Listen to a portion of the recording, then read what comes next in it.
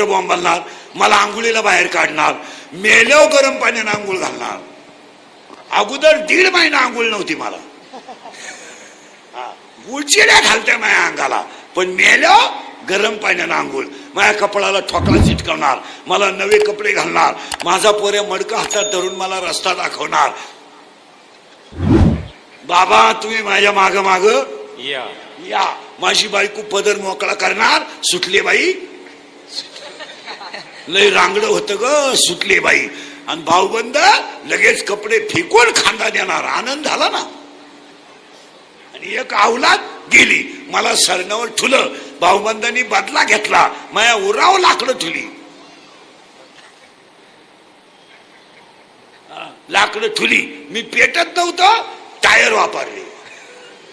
तसं पेटलो नाही, मिठाची गोण ओतली, आग लावली, घरी आले, पिठलं खाल्ल्यान जायचे त्याच्या घरी गेले. आता मला सांगा, लय निवांत ऐका कीर्तन, माझं शरीर गेलं का त्यांनी नेऊन झाडलं? तुमचं तर डोकंच बंद. त्यांनी नेऊन झाडलं, मी चांगला पडेल होतो ना अंगणात, माझी काही तक्रार नव्हती. म्हणजे पहिला प्रश्न असा आहे, शरीर जात नाही. हे दहावेचं प्रवचन करणारे कोणी असले तर नीट ऐका. उगत नदीवर येडेवानी लोक नादी लावीत बसू नका, काही बरळू नका नदीवर. शरीर कधी माणसाचं जात नाही. म्हणून तर गाय पुरावी लागते, बैल पुरावा लागतो का? त्यांचं शरीर जात नाही. कुत्रं मेलं, माणसं म्हणतात वड्याला टाका, मांजर मेलं वड्याला टाका, गाय मेली शेतकरी म्हणतो पुरा, बैल मेला पुरा. त्याचं शरीर जात नाही. आजपासून परत असं बरळायचं नाही. आता दुसरा प्रश्न सुरू झाला, शरीर जात नाही तर मग देह जातो. आता उत्तर थोडं किचकट आहे पण फेट आहे. शरीर जात नाही, मिटला विषय. आता राहिलं देह. देह ऐका, माणसाला 4 देह आहेत. स्थूल देह, सूक्ष्म देह, कारण देह आणि महाकारण देह. हा जो देह आहे हा स्थूल आहे, याची आग होणार आहे, म्हणजे राख होणार आहे. पण याच्या आतलं जे आहे ते येतही नाही आणि जातही नाही, म्हणजे देह जात नाही. 2 मुद्दे झाले बरं का. शरीर जात नाही, तुम्ही काहीच बोला ना, शरीर जात नाही, देहही जात नाही. मग आता तुमचं उत्तर काय राहिलं शिल्लक? आत्मा. शरीर जात नाही, देह जात नाही. आता तुम्ही काय, यांनी काय उत्तर दिले? आत्मा. महिला मंडळ इकडे लक्ष द्या. हांडा घ्या, हांडा पाण्यानं भरा आणि हांडा वट्यावर ठेवा. सूर्याची किरण हांड्यात पडली, सूर्य केवढा आहे? अरे हांड्या एवढा. आता ते पाणी बादलीत होता, बादली एवढा. ते हौदात होता, हौदा एवढा. मग सूर्य एक का अनेक?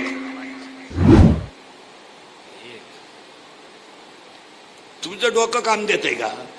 सूर्य हांड्यातही आहे, सूर्य हौदातही आहे आणि सूर्य पाणी बादलीतही आहे. मग सूर्य एक आहे का अनेक आहे?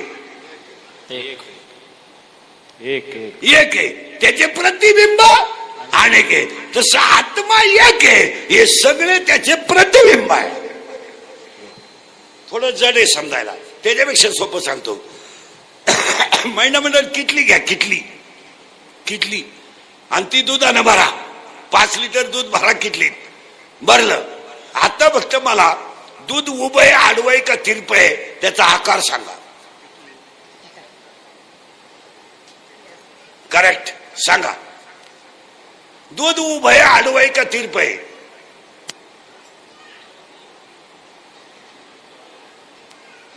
सुधरत कमी काय म्हणतोय?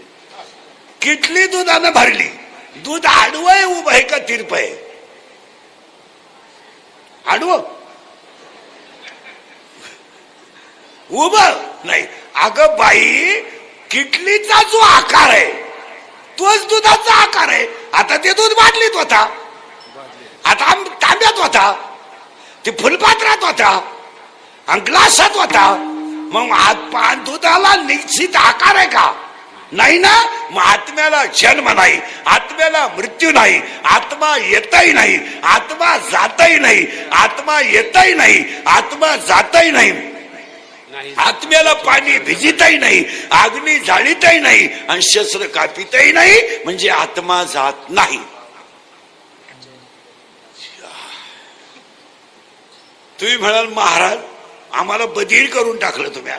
शरीरही जात नाही, शरीरही जात नाही, देहही जात नाही,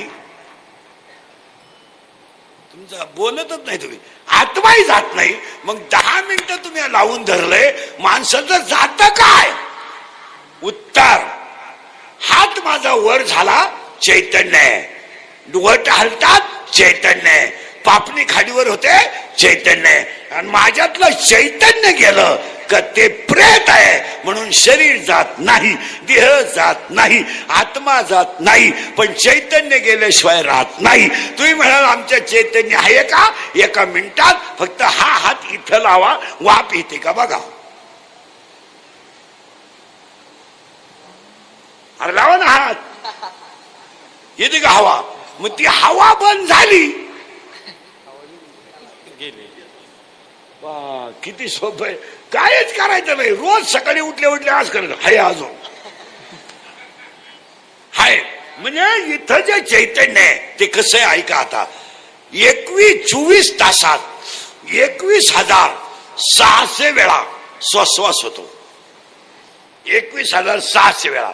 आणि तो श्वासवास जर कंटिन्यू चालू राहिला, कंटिन्यूच आहे, जर आहे तोपर्यंत शरीर आहे. म्हणजे शरीर जात नाही, देह जात नाही, आत्मा जात नाही, पण चैतन्य गेल्याशिवाय. आता फिट बसले तुम्ही. आता पुढचा प्रश्न थोडा अवघड आहे. तुम्ही म्हणाले पहिले 3 सुधारणं, तर पुढचा प्रश्न सोपा आहे का अवघड आहे? ऐका आता. पुढचा प्रश्न असा आहे, माणूस स्वर्गाला जातो का? 5 मिनिटं घ्या.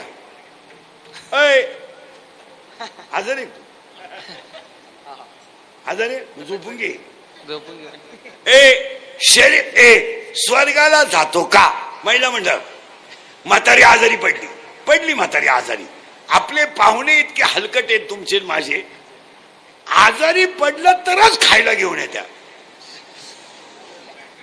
अगोदर कुठं उलाटले होते का भूकंपात गेलते, पण खायचं बंद झालं का थोबाड वाशीत निघाले. कवठ, बोर, चिता, केळ. 8 वर्ष झाले म्हातारीला दात नाही आणि तू कवठ घेऊन निघली. म्हातारीचा मेंदू बाहेर काढते का कवठानं? गेल्या. तुम्ही खायला घेऊन. आणि पाया पडून सांगतो, आजारी माणसाला खायला नेऊ नका. आजारी माणसाला एक वस्तू बरोबर न्या. त्या वस्तूचं नाव आहे आधार. त्याला काय न्या? आधार. मरताना आल्या, म्हातारी आजारी पडली, बाया भेटायला आल्या, केळं बोर कैठ घेऊन चालल्या थोबाड वाशीत. आल्या तर आल्या शेजारच्या रिकाम्याच. शेजारच्या बायाला चला बाई शेवट तिला भेटून येऊ. शेवट आल्या. सगळ्या बाया उत्तर द्या, तुम्ही भेटायला गेलेल्या माणसाच्या कुठं बसतो? पायाजवळ. काही आखलीचा भाग आहे का नाही? डोक्याजवळ बसावं, तिला एखादा हरिपाठातलं कडवं सांगावं, देवाचं नाव घ्यायला लावा. ही दरिद्री पायाला हात लावती म्हातारीच्या. गार पडले. कोणत्या कॉलेजला होती तू? तू कॉलेजला कोणत्या होती? गार पडले. दुसरी लगेच नाकाचा शेंडा पाहती. कल्ले कल्ला. आता म्हातारीच्या साड्या लपून ठेवा आणि दागिन्याची लेवाट लावा. तिसरी लगेच कानाची पाळी पाहती. वाकल्या बाई. आता पुरीला बोलवा. आल्या बाई पुरी थोबाड वाशीतच आल्या. तर केळून बोरण घेऊन आल्या आणि म्हातारीच्या पायाजवळ 7-8 बाया बसल्या होत्या. पुरीला वाटलं म्हातारी मिली. पोरगी मोठ्यानं युवाळली, केळच फेकून दिली आणि लोकांना वाटलं म्हातारी मेली. म्हातारीनं गपक्यात डोळे उघडले आणि पुरीकडे पाहिलं आणि म्हातारी मेली ना. पोरगी काय म्हणली माहितीये का, माझ्या आईचा माझ्या इतका जीव मी आल्यावर सोडला. बोला ना बोला. महक पाहिलं, मला डोळे भरून पाहिलं आणि म्हातारीने जीव सोडला. म्हणजे तू दरिद्री किती याचा विचार कर. तू आल्या आल्या म्हातारी घालवली. तू जर 6 महिने लेट आली असती तर म्हातारी मतदान करून गेली असती. या सगळ्या लबाड्या आहेत महाराज. या सगळ्या पप्प्याच्या आईपाशी चुलीला तंगड्या लावून मारलेल्या गप्पा.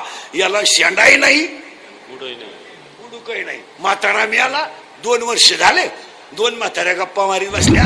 एक म्हणती माझ्या लहानाचा लहान आहे ना, लहानाचा लहान दिखतो त्याच्या आज्यासारखा आहे.